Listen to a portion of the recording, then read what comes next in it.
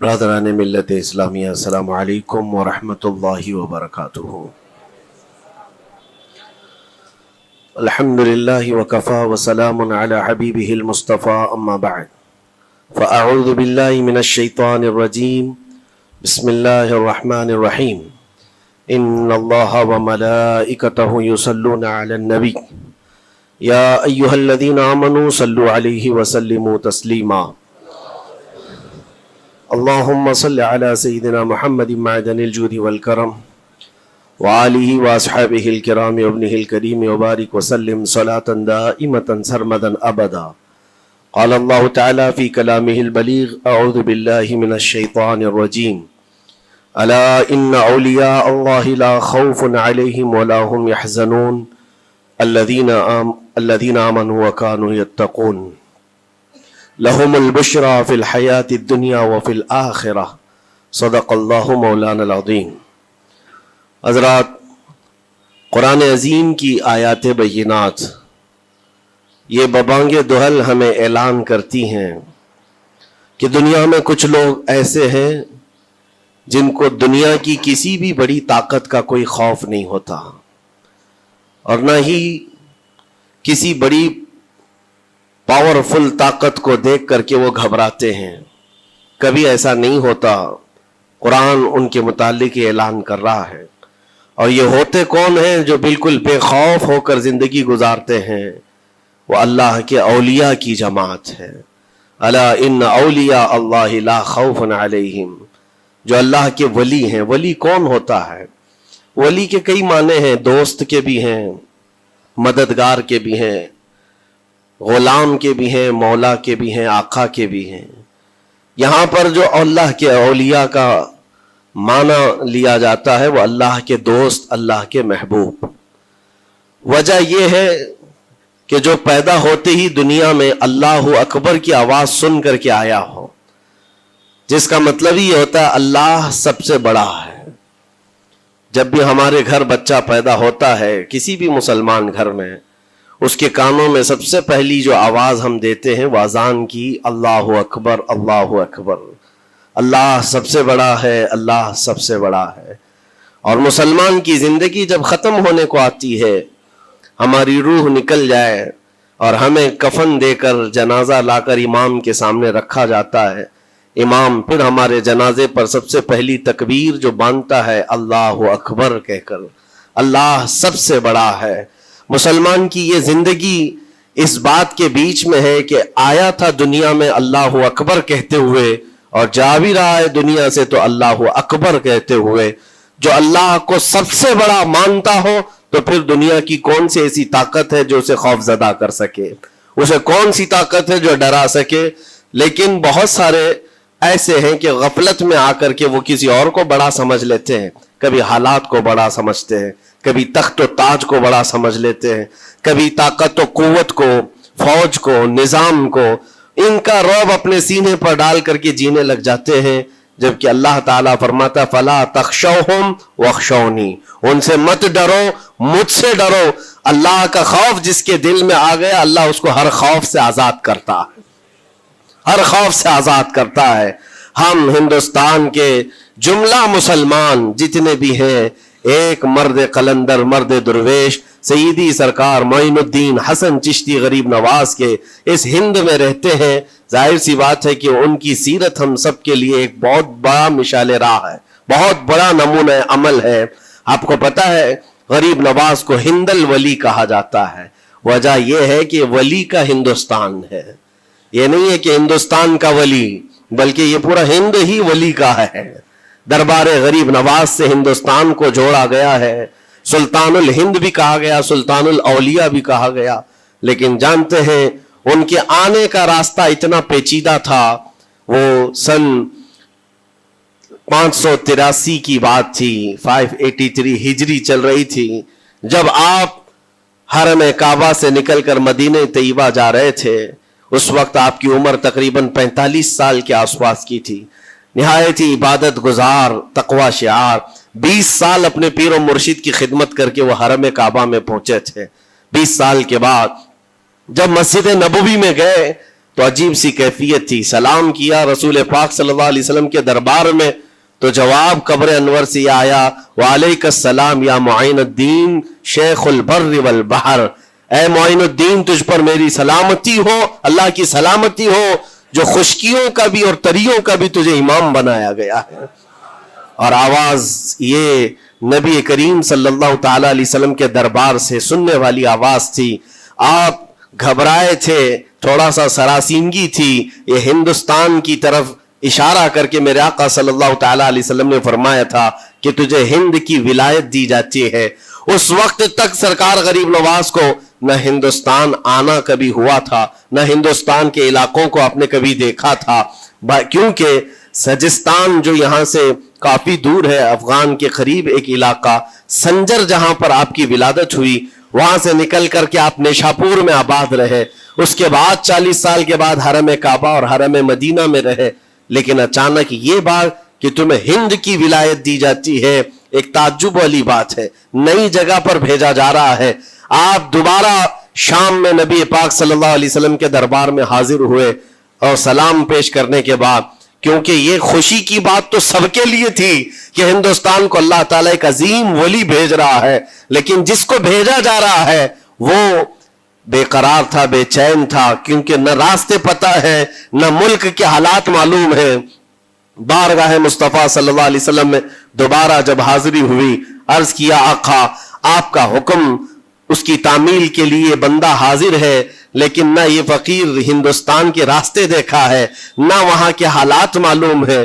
حضور پاک صلی اللہ تعالی علیہ وسلم کے دربار میں یہ اپنی بپتا سنا رہے تھے, داستان غم سنا رہے تھے. غنودگی طاری آ گئی, یعنی نیند سی کیفیت آ گئی, اور بارگاہ رسول صلی اللہ علیہ وسلم میں ایک دیوار پر ٹیک لگا کر جیسی ہی آپ کی آنکھیں بند ہوئی, رسول کریم صلی اللہ علیہ وسلم تشریف لائے اور اشارہ فرما کر پورے ہندوستان کے نقشے آپ کے سامنے کھول کر رکھ دیے, اور پھر غریب نواز کو یہ بتایا بھی کس جگہ سے تمہیں سفر کرنا ہے, کیسے تمہیں جانا ہے اور کہاں تمہارا مسکن ہوگا. سرکار غریب نواز فرماتے ہیں اس ایک خواب میں میں نے رسول کریم صلی اللہ تعالی علیہ وسلم کے ہاتھ میں اجمیر کے پہاڑ بھی دیکھ لیے, وہاں کے قلعے بھی دیکھ لیے تھے جو موجود تھے.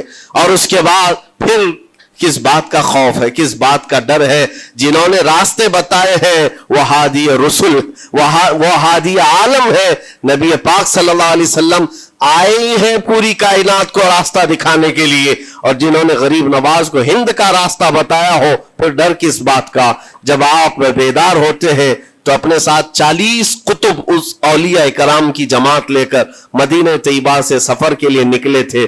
میرے عزیزو, اب بات یہاں آتی ہے, اسی لیے مدینہ طیبہ سے یہ پورا پلان ہوا ہے, مدینہ طیبہ سے بھیجا گیا ہے, مدینہ طیبہ سے پلیسمنٹ ہوا ہے. اسی وجہ سے آج تک تاریخ غریب نواز کو عطائے رسول کہتی ہے. عطائے رسول ہے, رسول اللہ کی عطا ہے, ہندوستان والوں کے لیے خاص عطا ہے میرے آقا صلی اللہ علیہ وسلم کی. جب وہ سفر کے لیے نکلے, سن 83 سے چلے تھے, تو یہاں ہندوستان پہنچتے پہنچتے آپ کو 87 یعنی 4 سال کا عرصہ لگ گیا تھا.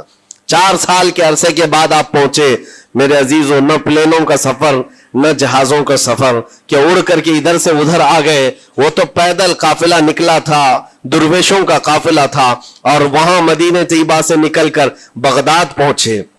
بغداد میں اولیاء کاملین کی صحبت پائی, وہاں سے پھر نیشاپور, پھر اس کے بعد ہرات, اور افغان کے علاقے ہوتے ہوئے لاہور پہنچے. لاہور میں سرکار داتا گنج بخش عالم رحمت اللہ تعالی علیہ کے دربار میں چلہ کشی فرمائی, وہاں سے دلی پہنچے. یہاں یہ پورا جو راستہ ہے 4 سال کا, میرے عزیز و تاریخ میں ہے.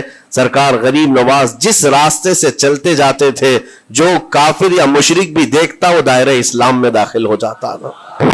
نور الہی, نور وحدت کا ٹکڑا آپ کی جبین اقدس پر ایسا چمکتا تھا کہ لوگ جو آتے وہ پھر آپ کی صحبت سے دور کوئی جاتا نہیں تھا. دلی میں جہاں آپ آئے, یہ ایک عجیب اتفاق ہے, اس وقت کھانڈے راؤ ایک بڑا راجہ تھا, اس کا قلعہ تھا, اس کے سامنے ہی آپ نے پڑاؤ ڈال لیا. سرکار غریب نواز رضی اللہ تعالیٰ عنہ کی یہ داستان, یہ تاریخ, وہاں پر آپ نے اپنا پڑاؤ ڈال لیا. اور ان بت پرستوں کے لیے ایک بڑا پیچیدہ مسئلہ تھا کہ ایک درویش آیا ہے, ایک بات میں آپ کو بتاؤں, یہ جو تعصب آج پھیلا ہوا, یہ زہر پھیلا ہوا, یہ آج کا نہیں ہے, یہ باپ داداؤں کے پشت میں بھی ان کے موجود رہا ہے. اسلام اور مسلمانوں کے خلاف زہر مشرکین کے دلوں میں یہ بہت پرانی چیز ہے, نئی نہیں ہے, بہت پرانی چیز ہے. تعصب دلوں کے اندر کڑھن رکھنا اور کبھی ایکسپٹ نہ کرنا, یہ سرکار غریب نواز جس دن ہند میں قدم رکھ رہے اسی دن سے آپ نے اس کو فیس کیا ہے, اسی دن سے آپ نے اس کو دیکھا ہے. اور وہاں پر کھانڈے راؤ کی جماعت نے بہت کوششیں کی کہ یہ دلی میں داخل ہوا, یہیں سے ان کو ختم کر دیا جائے, نکال دیا جائے. لیکن عجیب اتفاق یہ ہے کہ یہ جو جماعت آئی تھی سرکار غریب نواز کے ساتھ, نہ ان کے ہاتھوں میں تلوار ہے, نہ بھالے ہیں, نہ چاقو ہے, نہ چھری ہے.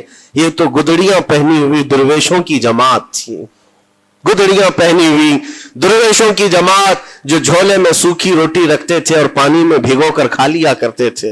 ان کے پاس نہ کوئی ہتھیار ہے, نہ کوئی سامان ہے, ہر سامان جنگ ہے. ان کو نکالا جائے تو کس بات سے نکالا جائے, ہمت بھی نہ ہوتی تھی.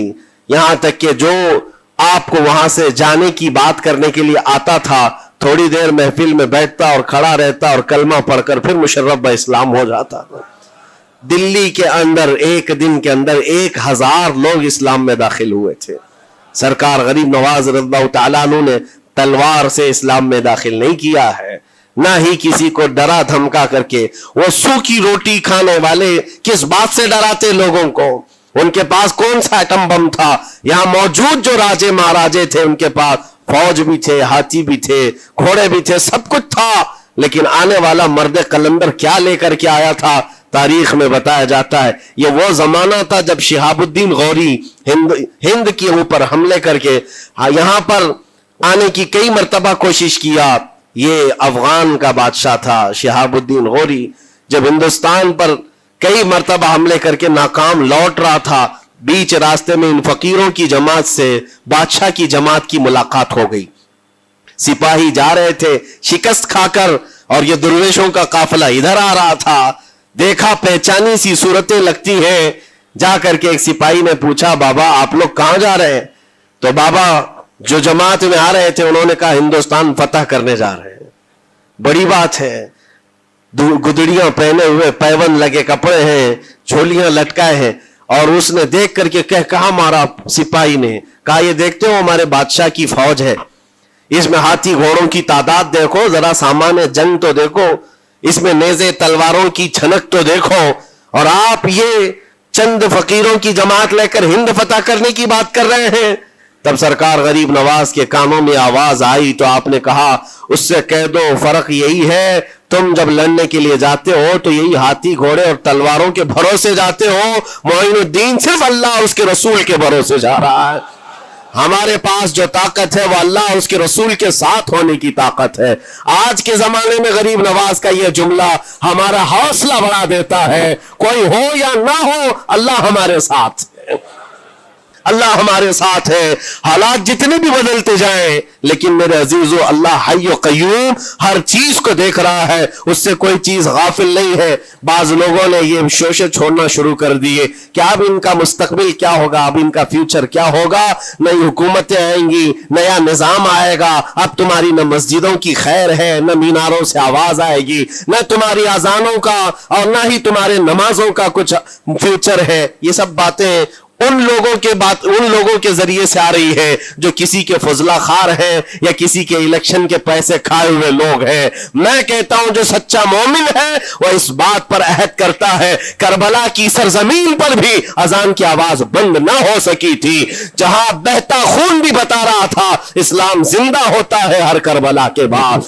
آج بھی حالات اگر ہمارے موافق نہیں ہے تو میرے عزیزوں نسلوں میں کوئی تو آئے گا جو صلاح الدین بن کر کے ابھرے گا, نسلوں میں کوئی تو آئے گا جو غریب نواز کا غلام بن کر معین الدین بن کر کے نکلے گا. اس لیے کہ حالات ہر وقت ایک طرح کے نہیں ہوتے. ہم نے تاریخ دیکھی ہے اور رب تعالیٰ کا قانون ہے, کبھی بادشاہوں کو فقیر بنا دیتا ہے اور کبھی فقیروں کو بادشاہ کا منصب عطا کر دیتا ہے. جب سرکار غریب نواز دلی کے سرزمین پر آپ بیٹھے ہوئے تھے اپنے صوفیہ کی جماعت کے ساتھ, ایک دسترخوان لگا ہوا تھا,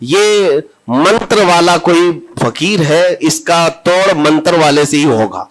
تو اس وقت جو بہت بڑا ان کا ایک منتر جاپ کرنے والا پجاری تھا، اس وقت اس تاریخ میں اس کا نام رام دیو بتایا گیا ہے، یہ والا نہیں ہے، اس زمانے کا تھا.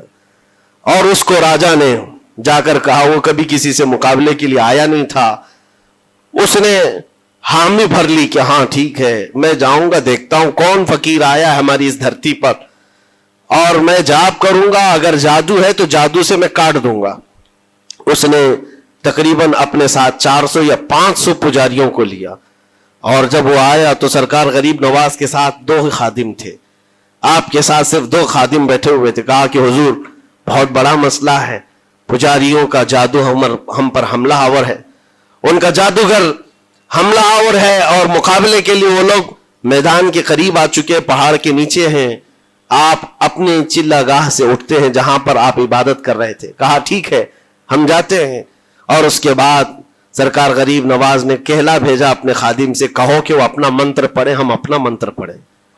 وہ اپنا منتر پڑھیں جو بھی ان کے جادو کا ہے. اب جب وہ پنڈت نے، پجاری نے دیکھے بغیر اپنے سارے پجاریوں سے کہا کہ جیسے ہی وہ درویش آئے گا، وہ فقیر آئے گا، ہمارا یہ منتر ہے، یہ پڑھنا، وہ آگ میں بھسم ہو جائے گا، دنیا دیکھے گی. سبوں نے کہا ٹھیک ہے، لیکن ابھی کسی نے دیکھا نہیں تھا. لیکن جیسے ہی وہ اپنی جھوپڑی سے یہ مرد قلندر جلوہ رسول لے کر کے نکلا تھا، جمال رسول لے کر نکلا تھا، بیٹا ہے کس کا؟ حسن و حسین کا بیٹا ہے، فاطمہ زہرا کا بیٹا ہے. جیسے ہی باہر آئے، وہ منتر جو سکھایا گیا تھا سب کے قریب قریب آئے. 400 لوگوں نے وہ غریب نواز کی پیشانی کو دیکھ کر منتر پڑھنا شروع کیا. اور منتر کیا تھا؟ ان کی زبان سے لا الہ الا اللہ، لا الہ الا اللہ، لا الہ الا اللہ. لوگوں نے کہا یہ ادھر کیسے آ گیا کلمہ؟ اور جا کر اس رام دیو سے کہا گیا، اس نے کہا کہ یہ 400 کے 400 لوگ تو کوئی اور ہی کلمہ پڑھ رہے ہیں، کوئی اور ہی کلمہ پڑھ رہے ہیں. وہ اتر کر کے آیا ہاتھی کے کجاوے سے نیچے، اور سرکار غریب نواز کو دیکھا تو اس نے کہا یہ جھوٹ نہیں کہہ رہے، میں بھی وہی پڑھتا ہوں جو یہ پڑھ رہے ہیں. آپ کو تاریخ میں پتا ہو کہ اس کا نام سرکار غریب نواز نے شادی دیو رکھا اور اپنے مریدین میں شامل فرمایا، اور زندگی بھر سرکار غریب نواز کے خلفاء میں اور آپ کے خادموں میں شامل رہا. یہ تلوار سے اور چاقو بھالے نیزے سے نہیں کیا گیا تھا، وہ نور مصطفیٰ کی جلوہ گری تھی. جہاں نظر اٹھایا وہاں کے دلوں کی کالک کو دور کر کے ان کے دلوں کو بھی روشن فرما دیا تھا. آج ہم بھی یہی تمنا کرتے ہیں، اجمیر اسی لیے جاتے ہیں کہ ایک نظر ہم غریبوں پر پڑ جائے اور دل کا کالک اور دل کی کالک نکل جائے اور پھر دل چمکنے لگ جائے. کیونکہ اللہ کے ولیوں کی نظر جہاں پڑتی ہے وہ جگہ بھی روشن اور تابناک ہو جایا کرتی ہے. مولا کریم سرکار غریب نواز کی نسبتیں زندگی بھر ہمارے ساتھ قائم و دائم رکھے، اور پھر اپنی نسلوں کو بھی اللہ تعالیٰ ان کی غلامی میں شامل رکھے. اجمیر ہم جا نہ سکے لیکن یہاں سے ہم یہ التجا کریں گے غریب نواز کے دربار میں، خواجہ ہند وہ دربار ہے آلہ تیرا، کبھی محروم نہیں مانگنے والا تیرا. تیرے در کی یہ کرامت دیکھی ہے بارہا، تیرے در کی بارہا یہ کرامت دیکھی ہے، غریب آئے اور ہو گئے غریب نواز. وآخر دعوانا ان الحمدللہ رب العالمین. السلام علیکم.